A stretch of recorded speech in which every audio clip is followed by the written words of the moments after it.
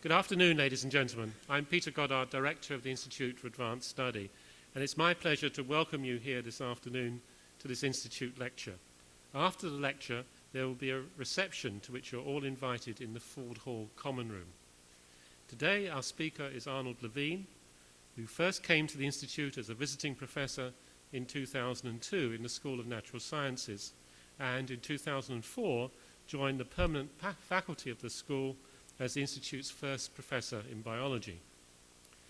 Arnie obtained his bachelor's degree from the Harper College of the State University of New York and his PhD in microbiology from the University of Pennsylvania School of Medicine in 1966. He then held a postdoctoral appointment at the California Institute of Technology before joining Princeton University as an assistant professor in 1968, rising to become professor of biochemistry at Princeton from 1976 to 1979. He was chairman of the Department of Microbiology at the Stony Brook School of Medicine from 1979 until he returns to Princeton University in 1984 as chair of the Department of Molecular Biology and Harry C. Vice Professor.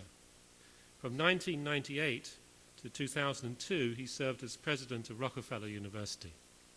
At the Institute, Arnie has established our Simon Center for Systems Biology, which will soon move into the extension to Bloomberg Hall, currently nearing completion. Arnie is associated with very many important advances in microbiology and the understanding of human diseases, particularly cancer, and has received an enormous number of awards for his work, too many to mention. In 1979, he and others discovered the p53 protein, which inhibits tumor growth. Today, Arnie's title is Tracking Influenza Virus Epidemics Over the Past Century. Can we predict next year's epidemic? Arnie. Thank you, Peter. Thank you, Peter. Let me say that ever since the 1930s, the Institute has been well known for time and space-time.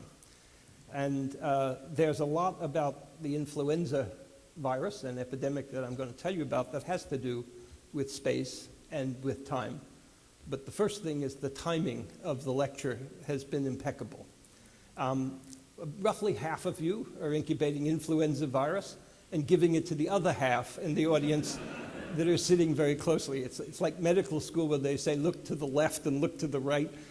By the end of the hour, both of you will be infected.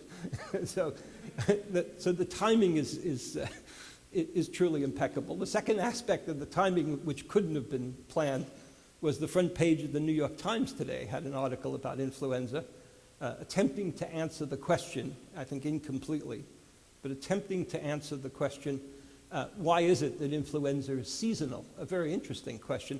Why is it that it occurs only in the wintertime and not in the summertime in the northern hemisphere? And I'll talk a little bit about that. And of course, it occurs in the wintertime, but not the summertime. That's a reciprocal time scale in the southern hemisphere as well. And you'll see about the equator. I'll keep you in the dark about the equator until I show you a little bit about the epidemics around the world. So space-time is the third aspect of this. We today have an enormous amount of information about the variation in the virus influenza that causes this disease, this respiratory pneumonia and this respiratory disease. And we've gained that information by sampling the virus from all over the world, space, at different times. You'll see the time scale I'm talking about is from 1917 to 2007, so almost 90 years in time, and space all over the world. It's a space-time continuum, if you will, of this virus. And the virus, because of its nucleic acid, because of its chromosomes and the nature of its chromosomes, mutates at an extremely high rate, so that while the mutation rate of human beings is slow, and we're very faithful in our reproductive capabilities, and we evolve at a very slow rate. Human beings arise in Africa about 170,000 years ago, and it's taken us, and as an interbreeding species, we've been around only about 170,000 years. But influenza has a very high error rate. The chromosomes of influenza, unlike our chromosomes, are not made of DNA. They're made of a molecule called RNA, and copying those chromosomes, RNA copying, so the fidelity rate is very low. In fact, you make a mistake once every 10,000 times. Right? And that means that literally every chromosome in the virus, or every virus, has a mistake in it, because there are that many units in the chromosomes. Almost every virus has a change or a mistake. So this virus is evolving very rapidly. And when we look at a 90-year picture for this virus, we can see those changes occurring and watch what happens and correlate those changes. Right? So the group that did this work is the systems, the Simon Center for Systems Biology. And I thought I would tell you a little bit about its summer junket. This you can see is the group. This is actually a mixture, by the way, of both experimentalists and theorists. Now, I had thought that they were thoroughly mixed in the back of the truck, but they're not. The experimentalists are all at the back of the truck, and the theorists are all at the front. And I have a feeling that means the experimentalists understood that the escape route was really an important part of the exercise. This picture, though you wouldn't recognize it offhand, is taken in Languedoc, that's in southern France. And it is they're in the back of a four-wheel drive truck because we're all off to investigate two graves that are 6,000 years old in the south of France to see if the experimentalists can find some DNA out of the 6,000-year-old graves, and we can see who was living there in the southern parts of France 6,000 years ago. Now, that was a failure, I have to say. The graves have been robbed so many times, and the only DNA you can get is animal DNA that's in those graves. But these people had a wonderful time doing it. That's the important thing, especially culinary times. Now, the group that carried out the work, and I really want to give them credit because I was predominantly a cheerleader and someone who knew a little bit about the virus and who kept giving the group warnings about directions and kept steering the ship a little bit. But really the group who did the yeoman's job of this work were Michael Krasnitz, Raoul Rabadon, and Holland Robbins. Holland Robbins has since, these are all members at the Institute, and Holland has since left to be a professor at the Hutchinson Cancer Center in Seattle. Now, let me tell you, what I'm going to do is introduce you to the influenza virus and begin to tell you a little bit about what the virus's structure is and what its properties are. So let me do that. Oh, I know what I want to do. Yeah. So this is an idealized picture of the virus. It has 8 chromosomes. So you can count them 1, 2, 3, 4, 5, 6, 7, 8. 8 chromosomes that are packaged into a spherical virus particle. So this is a cell, actually. This is one of your respiratory cells. And you can now see the onslaught of literally thousands of influenza viruses which are attaching to the cell, will be taken up by the cell, and will replicate themselves thousands of times, killing the cells and giving rise to the respiratory diseases. So if we blow up one of these pictures, here's a good example. You notice there's a membrane around the cell. This is a lipid membrane. It's actually gotten by the lipid membrane of the cell. And here are the chromosomes. There are 8 of them. 1, 2, 3, 4, 5, 6, 7, 8. So there's 1 in the middle and 7 around the outside. And you can see they're packaged. Each of the chromosomes encodes the information for approximately 1 protein, some of them 2. So there are 11 proteins that make up the virus, and there are 8 chromosomes. And as I've told you, the chromosomes are made up not of DNA, but RNA, and every time they replicate, they make lots of mistakes. So that literally every one of these viruses that has been released from the cell is slightly different from every other one. And that's part of the problem that we face when we try to immunize ourselves against these viruses, is the diversity of those viruses is great. And our immune system only recognizes the ones we were infected by. Right? So here are the viruses. There are 8 chromosomes. And you can see actually on the virus, if you look carefully, on the outside, there are these proteins. There they are. those proteins. One is called, and that's going to be a big player for us, the hemagglutinin. That means it clumps red blood cells, but it's not what its major function in the body is. But the hemagglutinin is what your immune system sees. And you make antibodies against that hemagglutinin, and you're protected against that hemagglutinin. But if the gene that encodes the information to make a hemagglutinin changes, the protein changes, and now your antibodies are not as strong. Right? And so one of the ways this virus comes back every year and defeats our immune system is this constant rapid change of the virus escaping from last year's epidemic by changing itself. High mutation rate, high rate of change. Your immune system is not keeping up with what it saw last year is not what it's seeing this year. And that's why they have to change the vaccine every year. And you get a vaccine every year, which we anticipate will be the virus, but sometimes we make mistakes. Sometimes we get it wrong. And then you're not immune, and then you get the virus. Or sometimes the virus changes enough to sneak through the immunity the vaccine will give you. And so the hemagglutinin, the other outside protein is called neuraminidase, or NA, HA and NA, and there they are. Here are the two proteins. And they, in the spherical capsid, they encapsulate the virus itself. Okay? Now, there are actually three mechanisms, not just the one I told you about, but actually three mechanisms that give rise to diversity of these viruses, and I'm going to take you through all three mechanisms so you can see that these viruses are really quite bright in learning how to escape. Poliovirus is a very good example. Poliovirus, if it infects you, will infect you once in your lifetime. If you get a vaccine injection, you'll never be infected afterwards. That's a virus that never escapes the immune system, and that's true for most viruses. The human immunodeficiency virus, for example, escapes the immune system by destroying it. It actually replicates in the cells of the immune system, destroys your immune system, and you don't have any. Right? But this virus is into change, and change is another way to defeat your immune system, and it comes back year after year after year. This change, what I've told you is mutations, is often called genetic drift. It's a very high mutation rate, about 1 error copy every genome. Every 8 chromosomes, when they replicate, make about 1 mistake. It accounts for changes of viruses every year, and it has very high evolutionary rates of change. Right? So this is evolution sped up. It's a fast mutation rate. But there's a second problem. Remember I told you there are 8 chromosomes. Those chromosomes are separate chromosomes. You have 46 chromosomes.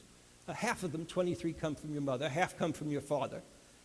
They are, when you donate those to your offspring, you're only taking some from your mother, some from your father, and you're reassorting those chromosomes into your child.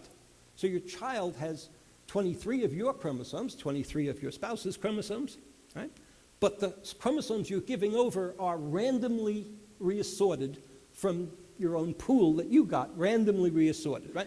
So actually, the two facts I've just told you, one about evolutionary change and mutation, is a 160-year-old fact that Charles Darwin gave us, right?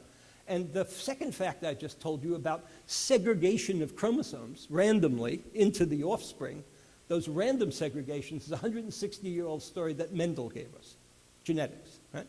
And so just as there's Darwinian evolution going on, there's Mendelian shifts, or what they're called segregation of chromosomes, frequently called shifts or reassortments that occur, and they result in co-infection. They result from the co-infection of the same cell by 2 different viruses, right? So it's sex at the level of influenza virus, right?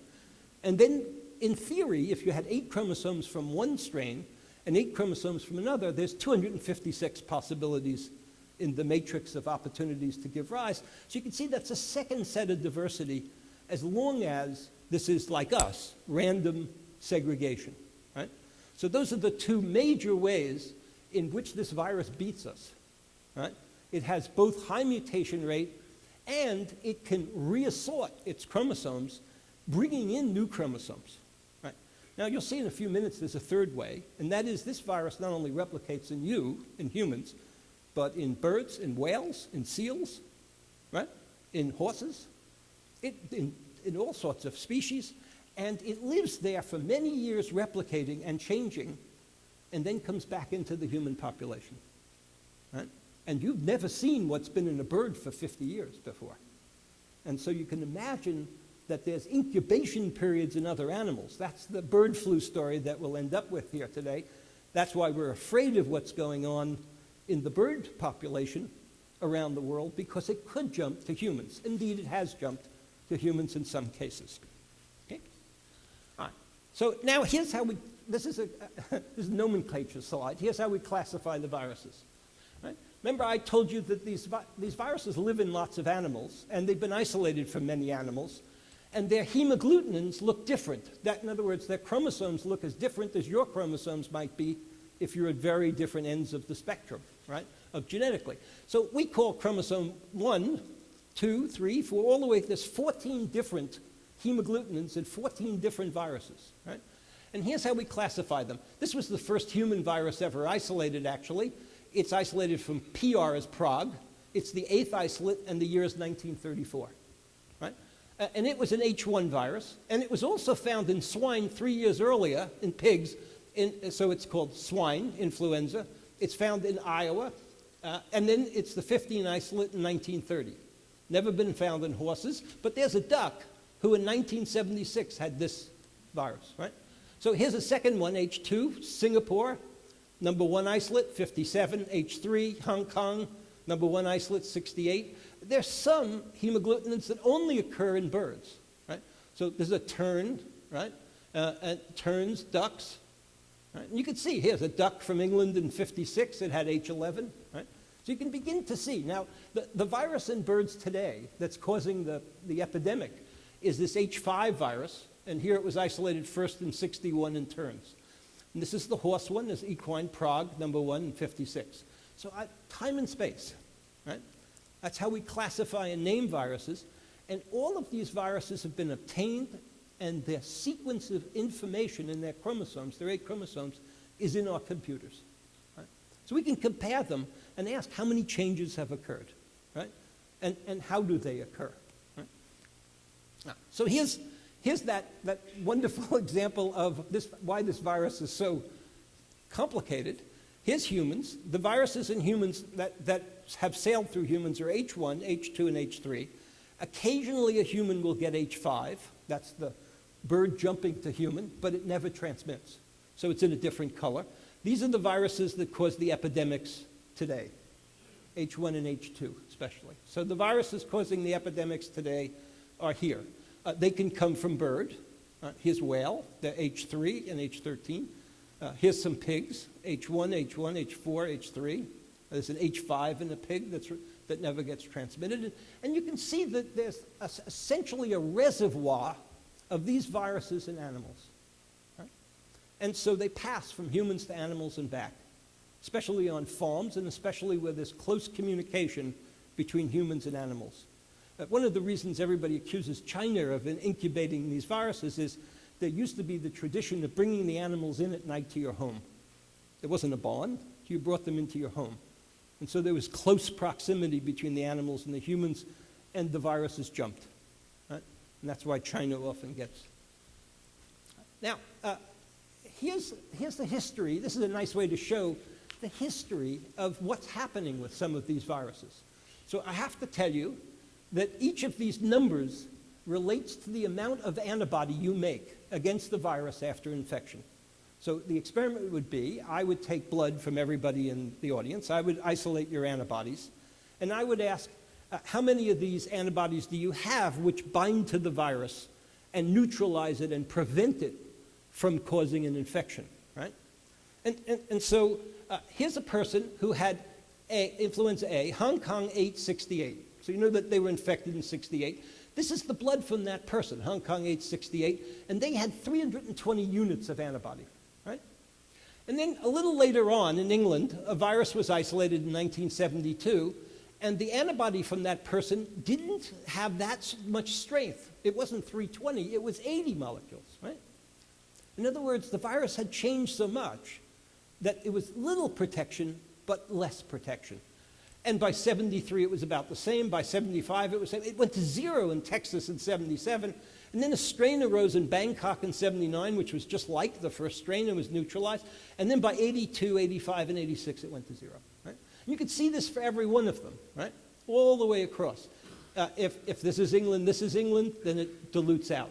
If this is Victoria, and this is Victoria, this is the highest, and it dilutes out, and it wasn't in the population before, right? So this is a nice way to show how your immune system is protecting you against the present virus, and over time, you lose it because the virus is changing due to the mutation rate and the reassortment of the virus, right? And because of those two things, the virus is changing, and this matrix allows you to see that in a way that the immunity protects you. Okay, and this is this is taken actually from a book I wrote for Scientific American Library Series. The illustrations are always done at Scientific American Library Series really well. So this is, of course, a human, and this is the human virus, colored here. The duck, and here's the duck virus.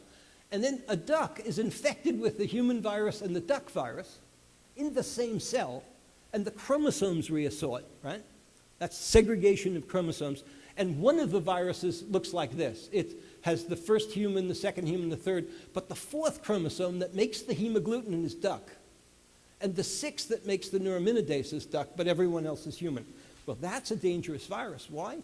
Because you've never seen the duck virus before. It jumps to humans. You have no immunity to it, but every other chromosome is human, right? So that's our fear. This is a good example of how reassortment in the worst case scenario can give us this kind of disease. And here is the tragedies of major pandemics. Usually it's the case that this genetic drift, the mutations, occur every year. And so from year to year, you could be susceptible to influenza. And there are local epidemics, the Princeton epidemic. And there are other local epidemics. That's due to drift. But every once in a while, there's a major shift where a new hemagglutinin enters into the population. You have no immunity to that because it came from a bird or it came from a pig. And as such, it causes a major worldwide epidemic, which is often called a pandemic. Now, of the pandemics we know about, in 1890 there was a pandemic, and it was an H2 virus. In 1900 there was a pandemic, and it switched from 2 to 3 with the same neuraminidase. Right? Now, this is the bad one. In 1918 there was a double switch, H5N1, and this was the epidemic that everybody quotes and dreads. There was something between 40 million and 100 million people killed in that epidemic. Right? About 700,000 in the United States alone. Worldwide pandemic, no one prepared for it, everywhere all over the globe. This, as it got to be called Spanish flu, it was called Spanish flu because it was first found by the, you'll note at the end of World War I, it decimated the troops in Europe and in the United States, and they called it Spanish flu because the Spanish were the enemy. They were on the wrong side of the battle in World War I, and so whoever got that, isolated that flu, then had it, had the enemy. But then you'll probably remember better the 57 flu, the Asian flu, the 68 flu, the Hong Kong flu, as you changed H2, H3. And then in 77, a very strange thing happened. There was the reintroduction of H1 and N1 into the population. And we think that that was done by mistake. There's a story which may not be, it's hard to verify, but there's a story that this often, this reintroduction was found by the Russians on the Russian-Chinese border. And we think what happened was that the Chinese army was testing out a vaccine, but they needed to know that the vaccine worked. And so they were vaccinating against a virus that didn't exist in the population, H1N1. It had disappeared. So we're in H2 and H3, right? And so they immunized against H1N1. Then they went to the freezer and took out the H1N1 virus, reintroduced it. The vaccine didn't work, and everybody got influenza.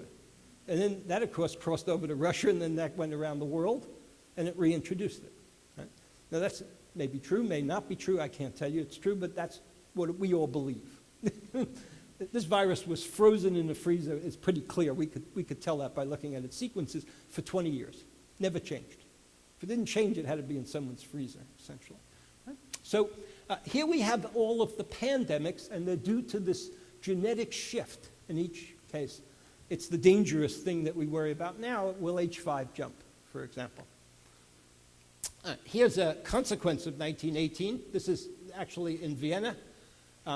The death rate was particularly high. They actually ran out of trucks to take people out of the city because they didn't have any way to know what was going on and treat. They ended up using trolley cars to take people out of the city because death rate was so high in the 1918 flu. And it's that which drives us to really try to understand what's going on here. Okay, so let me get now to, that's background, by way of background. Let me get now to the situation that we take a look at, the sequence data. The very first question we ask is, what makes a bird flu different from a human flu? Can we find in the signature of the sequences of information in their chromosomes a signature that says bird and a signature that says human? There's something about these that are fundamentally different, right? And remember, I told you we had thousands of sequences from human and we had thousands of sequences from bird, and we could use algorithms of various kinds to count the bases and look at the sequences and look at the motifs of sequences. These sequences are 2,400 units long, right? And they would read something like A, U, C, G, U, A, C, G, and they would just read all the way across, and we would look at these sequences in 10 at a time and 20 at a time and look for phrases that made a bird and that made a human flu, and look for patterns of what's happening. So we did that. And this is a way to think about it. There's a set of viruses that are human. There are a set of viruses that are avian.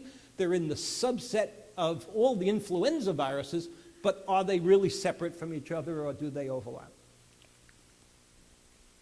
And here's a nice analysis of that type. Right? So let me just give you the color code. H5N1, right? That's like the 1918 flu, and that stayed with us. It got reintroduced by the Chinese army, right? That's in blue. H5N1, that's the bird flu, right? Bird flu is here. All avian, bird flu is in purple when it attacks humans. I'll just tell you that. It jumped from avian in green, so birds are here. H5N1 is here. And all the others, that's H2 and H3, they're in red, right? They're human. So blue and red are human. Purple are birds that jump from human. And green is actually birds, right? So this is years in time. So here's the 1918 flu. Now, you could well ask, how on earth did we get the 1918 flu if the first flu we isolated was in 1930 from pigs, 34 from humans? They actually dug people up from the permafrost in the Arctic and found their lungs intact and took out their lungs and isolated the virus and isolated the RNA and copied it and sequenced it. And they did that from a number of places around the world, reconstructed the virus, and published it. So we have the sequences from that, even though it was actually done out here in 2004 when we first isolated it. Now, this is looking at what's called the U content. Remember I told you there's A's, C's, U's, and G's that make up the alphabet? So we're looking at a special subset of the alphabet. We're looking at the U content every third position, right? And we found out that that's a very good way to find this, right? And now, so here's the percentage of U content in the chromosomes. And this is one chromosome. This is called segment 1. It's the largest chromosome, right? 2,700 units. And you can see that birds are all clustered down here, and humans are all clustered up here, right? So we could tell the difference by this algorithm between birds and human. In fact, it's really great. We could isolate a virus and not know its origin and predict its origin, right? I'll give you an example of that. The origin of the 1918 flu is bird. It jumped from bird to human. It's in the bird category, right? For this chromosome, right? For this chromosome, it's in the bird category. But something is happening here that's a little strange by Darwinian terms. Remember, Darwin told us that evolution proceeds by random mutations. This is not random. This is a curve as it moves from bird to humans that increases the U content. That's a non-random mutation. That's a directed mutation, right? So that violates Darwinian principles. There's some kind, if you're a bird, you have random mutation. If you're a human, you get a bird virus, and then you get directed mutation, right? And we even think we know the mechanism by which it's a hypothesis, but we think we know the mechanism by which this occurs in a cell that tends to change, right? C's to U's, and the U content rises. And that happens slowly over evolutionary times as it gets fixed in, and we're watching the rate at which that happens, and it's now peaking here about 2007 or so. Here's this new virus that was introduced here, right? This new virus introduced that has the same kind of structure. Came pretty much from birds and moved in, right? So instead of the U content, I'm just going to give you an arbitrary score. You'll see, here's the score. And we use the arbitrary score because if you're below 0, you're a bird, right? And if you're above 0, you're human, right? And you can see, though, that change that's occurred here over the space-time continuum that's here, right?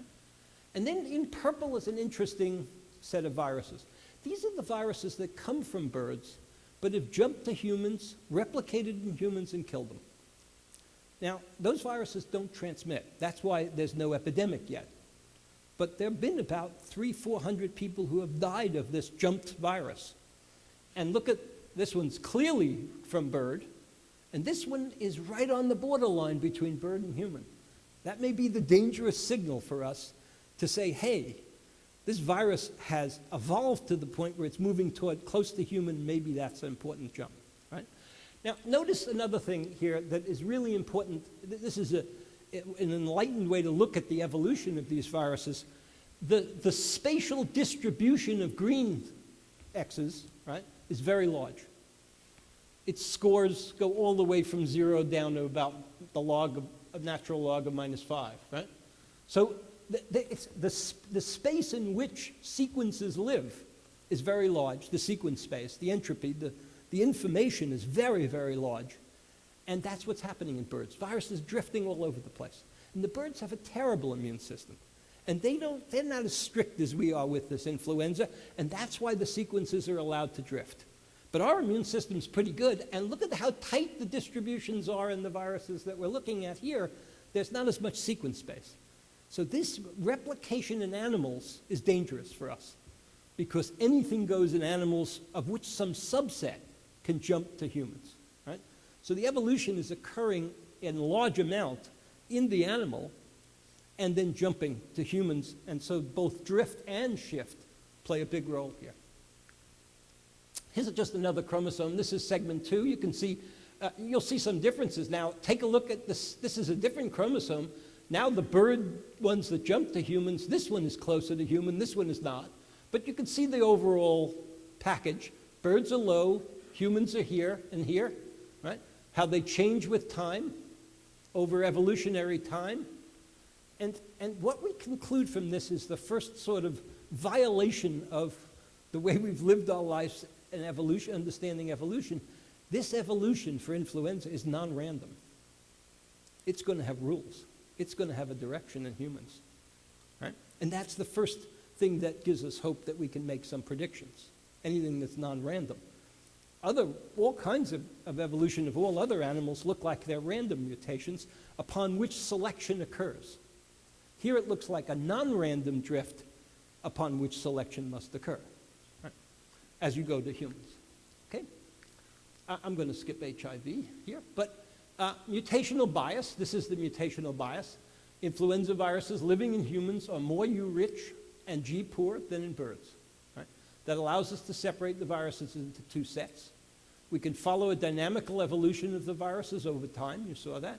It seems that the H5N1 virus, at least in the 3 genes that are 2 of the genes I showed you, was not in the human population before 1910.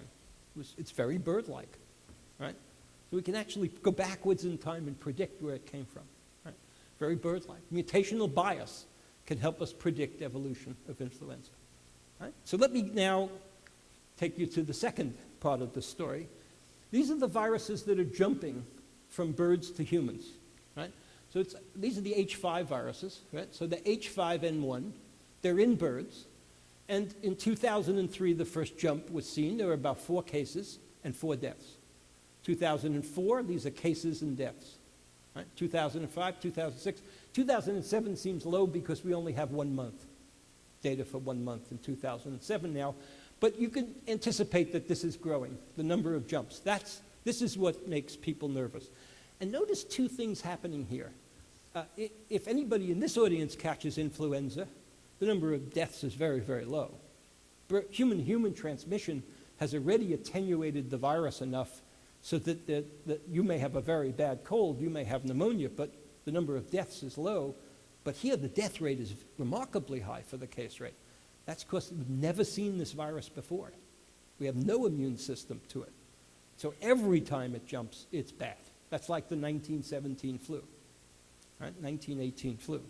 So this is what worries us. 61% death rate is an extremely high death rate. This is what worries us. And here's where this occurs, space and time. Here's the space. It's occurred in China. It's occurred in Vietnam, cases and deaths. It's occurred in Indonesia, right? Thailand. It's sneaked into Turkey, right? Azerbaijan, Iraq, Egypt, Nigeria. And in England, you may remember last year in England, we had a turkey farm closed down, and all the turkeys were killed from the H5 virus. No people, right? So it's moving from this center here. That's not me. It is, oh. I never get calls. I always hate people that stop their lecture and answer calls, so I'm not going to do it. So, just as I dramatically said, the turkeys of England, right? It's a good thing Thanksgiving is over, right? Okay, so what questions remain? How does a virus that is living in a host jump to another host? What are the necessary and sufficient conditions for a virus to jump from one host to another? We're particularly interested in how chickens may jump to human beings. How is influenza evolving in different hosts? So I've already told you about this drift. The mutational changes are directed. I'm going to now ask, is chromosome segregation random or is it directed? If you have 2 viruses and you mix them together, do you really get 256 offspring or do you get 2 or 3 offspring? In other words, Darwin has already been shown for this virus not to be correct. Is in fact Mendel correct for this virus? Okay. And here's how we do it. It's a little complex, but we take an epidemic. One of the things that's happened over the past 7 or 8 years is 2 epidemics have been sampled, local epidemics have been sampled intensively. One in New York. So here's all of the districts in New York where the sampling occurred, right? Not only in the red, but all over New York. And this is New York data, right? So this is going to be over a long period of time, 8 years, it's going to be, I'll show you the time in a few minutes, but you could see already this is a New York virus, the 11th isolate, 2003. And in fact, it's the H5N1 virus that's being sampled here in New York, right? And then there's another one in New Zealand that we looked at, right? And there may be 400, 500 cases in New York and 600 or 700 in New Zealand that have been sequenced, and we're watching for the jumps, right? In other words, 2 viruses that are closely related but slightly different got in the same cell, they mixed, and 1 chromosome comes out, or 2 chromosomes come out, and 4 chromosomes come out, and we're looking for the jumps. And how can we detect them, right? Well, one way to detect them is you know that if the 2 viruses had the same mother, right, they'd be very close to each other, and they'd be very close in time and sequence, because they're close relatives, same mother, essentially, right? However, if they're 10 years apart, and they have the great-great-great-great-grandmother together, right? They're 10 years apart, then they're going to be very far from each other. And so if we look at a single chromosome and compare them, if they're very far apart, it means they've come a long way in time. They were separated in time. If they're very close, that means they're close in time. And we know the time. We have the date at which it was isolated. This one came from a young boy, 8-year-old boy in Suffolk County in New York, right? And we know the dates. We know this is a 7-8 year epidemic we're trailing, right? And so here is a matrix for this is essentially a way in which to look at the similarity of the difference. If you're identical, you're at 0. If you're out here at about 0.8, you're very different, right? And that's true for this chromosome, chromosome 1, and that's true for this chromosome 2. Now, since chromosome 1 and 2 travel in the same virus and their rate of mutation is the same, you'd expect over 10 years there'd be a 45-degree angle where the mutation rate would be the same in both. So if you're comparing 2 chromosome 2s and 2 chromosome 1s, they've traveled the same length of time, they made the same rate of changes. So you get, and you do see that. This is the 45-degree angle for chromosome 2 and 1, and those never changed. They traveled together. They didn't jump, right? Everything in blue never jumped, right? And in fact, the variation around that distribution can be seen here, right? So this just shows you the variation around the mean of that mutation rate. You can actually get a mutation rate that way, right? But there are real outliers here that don't fit in the distribution. Look at these red ones. This guy has differences in chromosome 1 that show 8% differences in chromosome 1, but only 1% difference in chromosome 2. It didn't happen that the mutation rate was different. What happened is a new chromosome 1 jumped in, right? So it came from a different epidemic, it came from birds, it came from outside, it jumped in. This is a way to find genetic shift, right? And you can do this for every chromosome. And when you do this for every chromosome, one of the things you see that's quite remarkable is that this reassortment of chromosomes is non-random. That it happens in chromosome 4 and 6 a lot. And it happens 1 chromosome at a time, not 4. I mean, if you just mixed 8 chromosomes together, 8 and 8 blue chromosomes, 8 red chromosomes, you get 4 and 4 most of the time. It'd be in the middle of the distribution, right? You don't see that at all. You get 1, and it's always chromosome 4. It's a unique chromosome. So Mendel was not right. Segregation is not random. Now, we could blame this on selection, right? We could say, well, maybe all 256 possibilities came up, but your immune system took care of all of them except 1. But we can't really do that because we've repeated this experiment. One of the things we do here at the Simon Center is we collaborate with experimentalists. We collaborated with an experimentalist in New York. We repeated this experiment in tissue culture where there's no antibodies, there's no immune system, and we got the same result. It's non-random changes. Right? In fact, the changes we saw in tissue culture are the same changes we saw in the structure of these populations. So notice what I've said. A kind of interesting set of conclusions are arising. Mutation is non-random. Segregation is non-random. These are the 2 methods by which the virus uses to escape the immune system, and they're non-random processes. They have rules. They have regulations. We could find those rules. We could predict next year's virus, right? And that's, of course, our goal. We think we're getting close, but we don't have it yet. Of course, knowing next year's virus, we have to wait till next year, right? But we can go backwards in time. We can say, suppose we didn't know, right? And we took these rules and we went back 1 year, we predicted what last year's virus was. Did we get it right? We actually have gotten it right about 5 out of 6 times so far, going backwards in time. Okay, so here's what this sounds. We looked at the New York epidemic, 1996 to 2000. That's a 10-year epidemic, 591 sequences. The New Zealand epidemic, about 400 sequences, right? And what we found is this non-random change, right? And the chance that it was non-random is enormous. It's clear it's not random, right? P-values are really, really enormous, right? And so here we see other patterns emerging in these epidemics. For instance, when chromosome 4 moves, 6 and 7 like to move with it, right? So we're beginning to appreciate for the first time that there were rules in how these chromosomes are being packaged. Very different than human beings, which segregate randomly to their offspring, right? There are rules of how these viruses are being packaged. Okay, so now let me finish up by taking you through the seasonal aspect of the epidemic. This was finished up by being on the front page of the New York Times. I'll tell you what Peter Palese, the author of the paper, says, and I'll also tell you why can't be the whole story, we think. Right? So here's a list of all the countries. Again, space, right? Here's Iceland, Finland, Norway, goes all the way down through Germany, Poland, Switzerland, Romania, and so forth.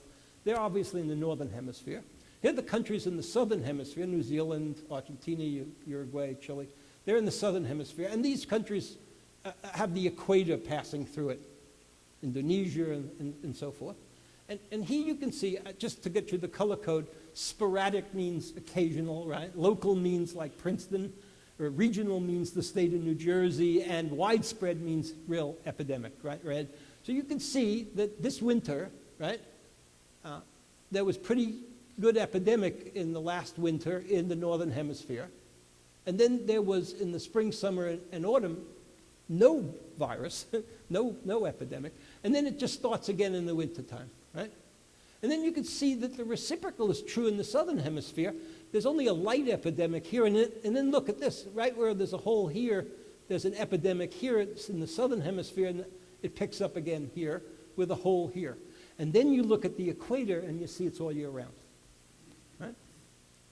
So clearly these viruses are moving. Clearly these viruses are moving. In fact, our favorite algorithm so far is that if we knew last year's virus in New Zealand, we could find this year's virus in the United States. So far, that's not enough sequence information. That's an imperfect algorithm. We've got to get sequences from China. We've got to get sequences from Vietnam. We've got to get all these sequences. But we now have, for the first time, rules. And the goal, of course, is to surveil what's going on here and ask the question, what subset of viruses have the highest probability by our rules of coming here and causing the epidemic here, and vice versa?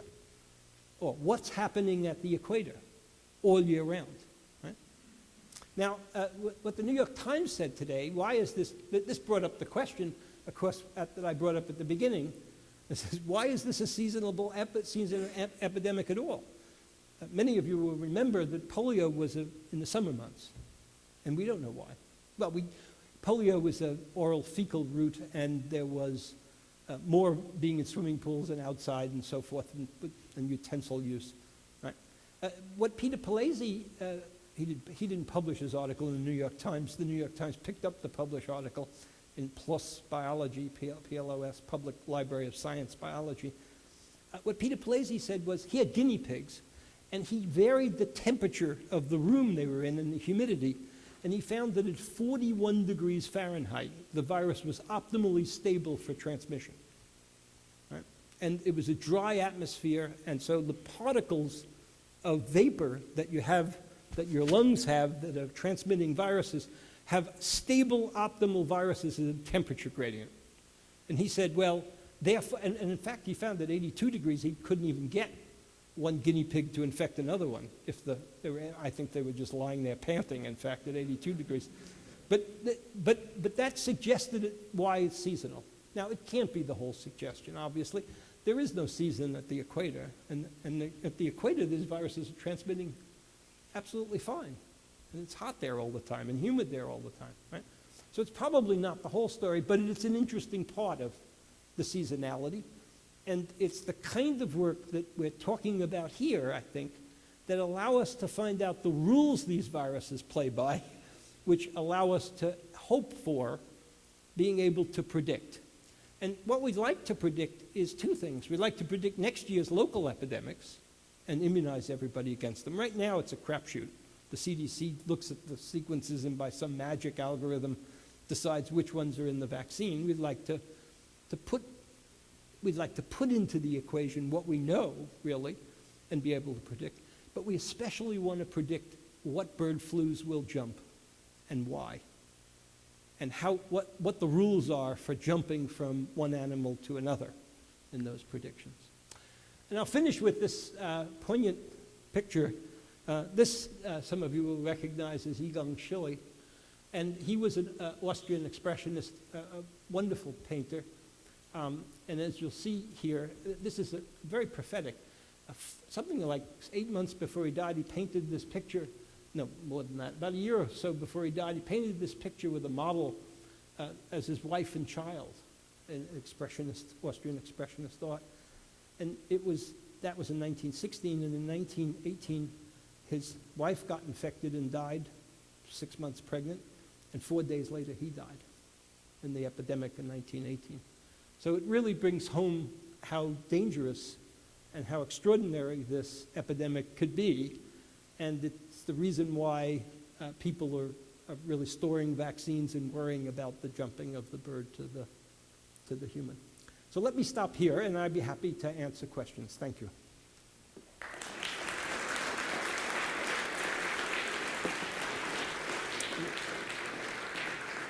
This is such a beautiful picture, I'm going to leave it up too. Yes?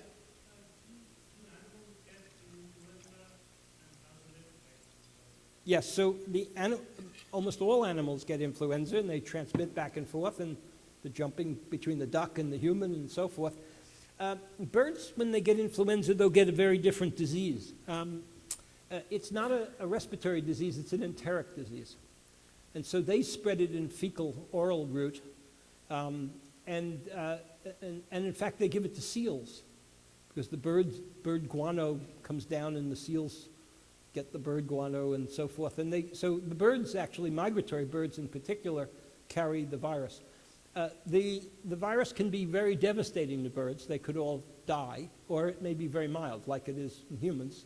But the bird immune system is nowhere near as good as the human immune system in controlling the virus.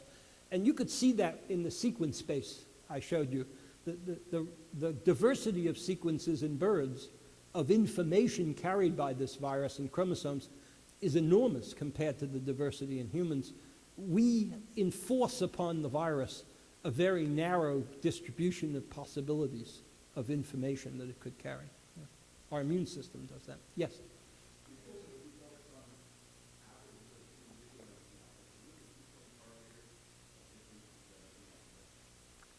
Yeah, so we'd love to look, that's exactly the experiment we've been toying with and throwing away the results with. So the nice way to do that is with mutual information effects.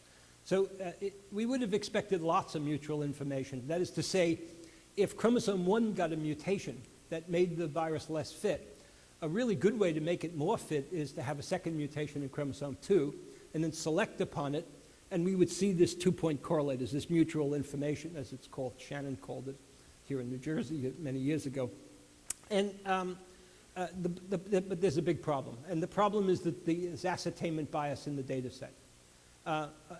You know, like, I'll give you an example. That there were 600 sequences that came from New York. They're all so closely related to each other.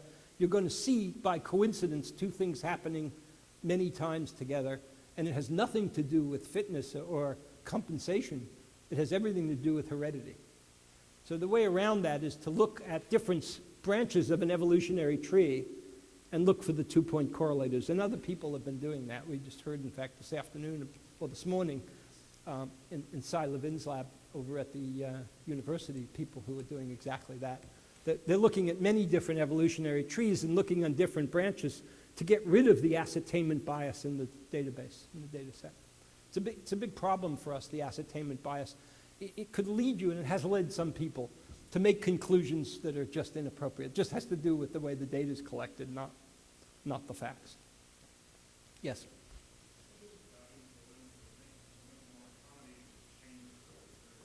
Yeah, that's a really good question. Yeah.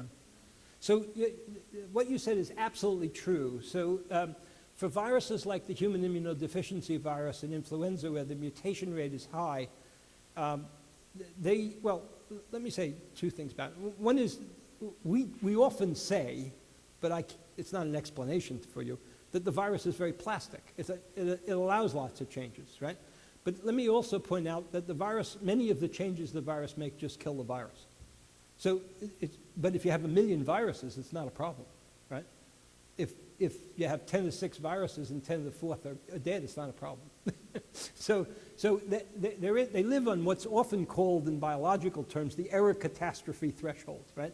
Where they go over the error catastrophe threshold, they're in catastrophe, they're dead, but they have so many cousins alive that it's not an issue. So there is this selection, but they like to live on the error catastrophe threshold because they evolve at a fast rate in a changing world, right? And it is a changing world for these viruses. Now, polio is exactly the opposite. I could tell you when people first had the chance of making mutations in polio, I had a graduate student who went, actually he's coming tomorrow, or Friday, to David Baltimore's lab for a postdoc, and he worked on polio there. And they had made the first copy of polio, DNA copy. So they could make changes all over the place. My poor graduate student made 300 changes in polio, and every one of them was dead. I say poor because that's an end of experiment, of course, right? You don't learn anything from a dead virus. You learn what's happening in virus is a little crippled or a little bit bad or a little bit good or what. So polio is not plastic, I mean, in that terminology. It is dead every time it changes. And that may be one of the reasons why polio vaccine is so effective, because the virus can't drift too much. It's not allowed. It's a perfect machine, and any change in the machine kills it. These machines are very plastic. They're allowed to make mistakes and survive. Yeah. And so I didn't answer your question because I can't. I don't know the reason that they're plastic, so to speak. Yes?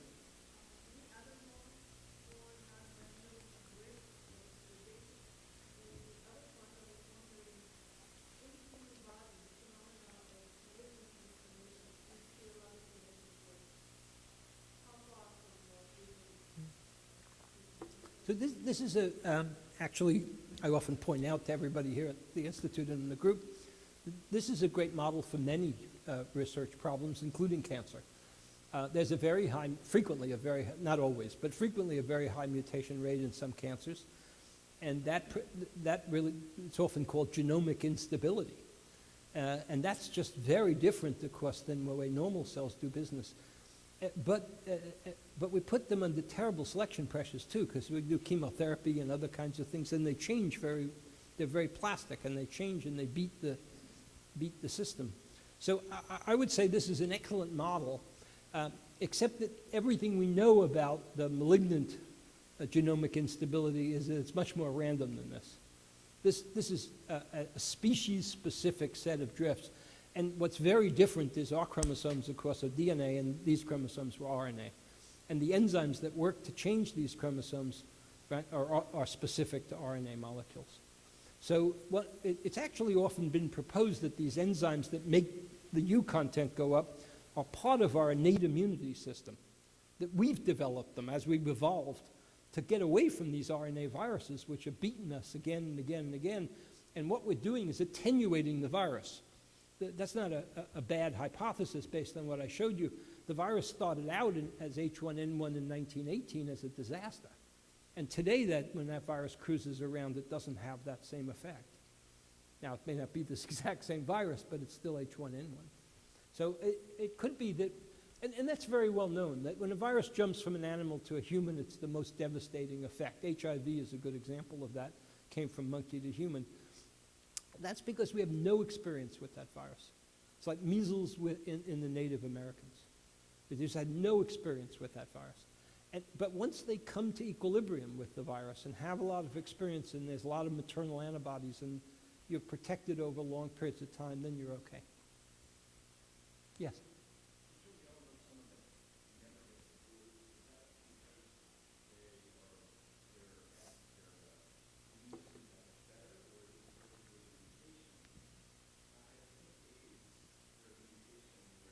You're right, yeah, yes.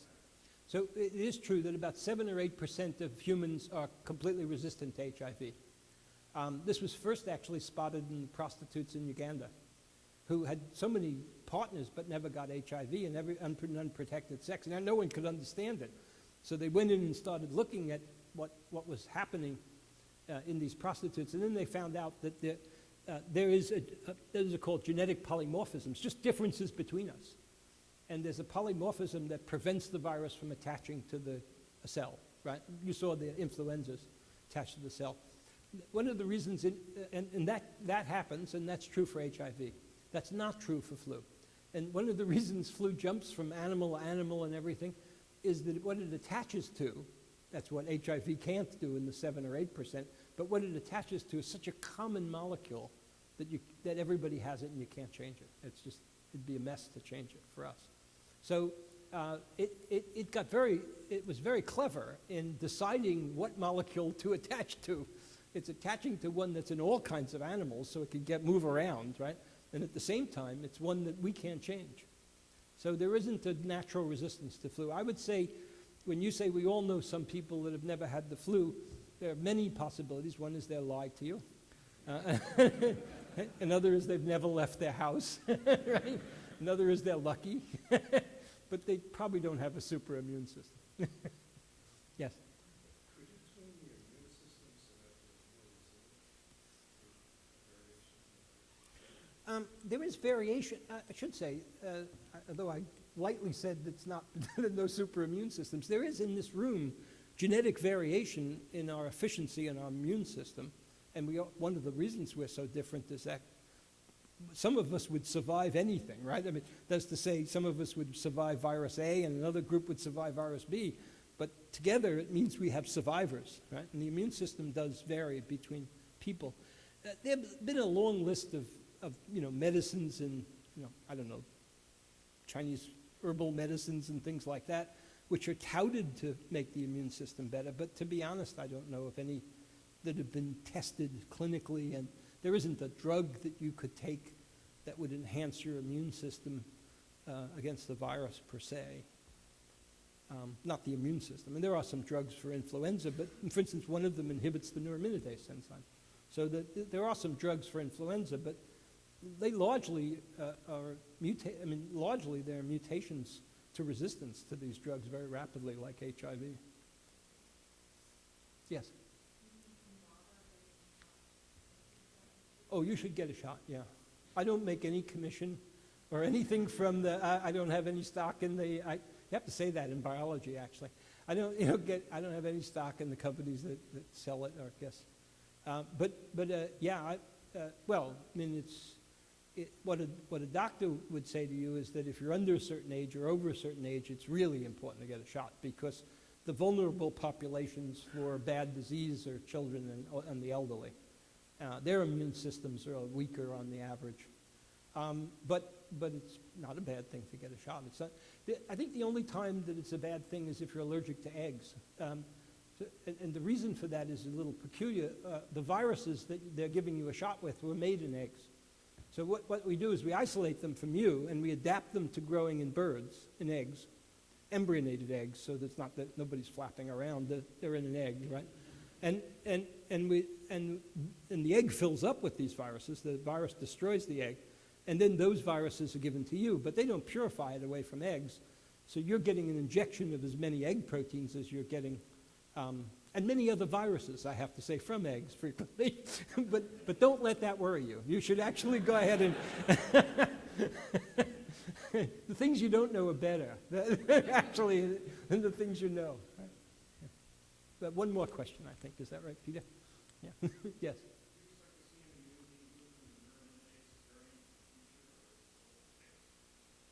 No, I don't think we've. I think, remember I told you that the database has an ascertainment bias. It's where we've gone and what we've done and who, right? And I bet in some animals that we haven't. I think there's another world out there that if we wish to, we could find more and more. The animal, of course, that's most intensively studied is human. So I think we've saturated the human for its viruses. Note that, as I pointed out, there are some people I should leave you with an always leave the audience with an up statement, right? There are some people have pointed out that H5 viruses don't grow in humans. They don't transmit in humans. And that's true. Notice what happened in those, a couple of hundred cases where the H5 virus jumped from bird to humans. It's terminal. It never went further. And Peter Palese, who's quite an expert in this area, would say, we're never going to have an H5 epidemic. It's going to have to recombine in some way with H1 or H2 or H3, which is really human transmitting. And there are very good molecular reasons why that might be true. Just think about what the evolution is doing. If birds get intestinal flu and we get respiratory flu, you already know that the cells they're going into are quite different. So the optimization to get into those cells is quite different, right? And that's the organ, that's the protein that gets us into those cells. So some people are quite optimistic that this bird flu idea is not going to be a big problem, and other people say we don't know. So that's, it's like anything else in life. The only way we'll know is if it happens. See? Well,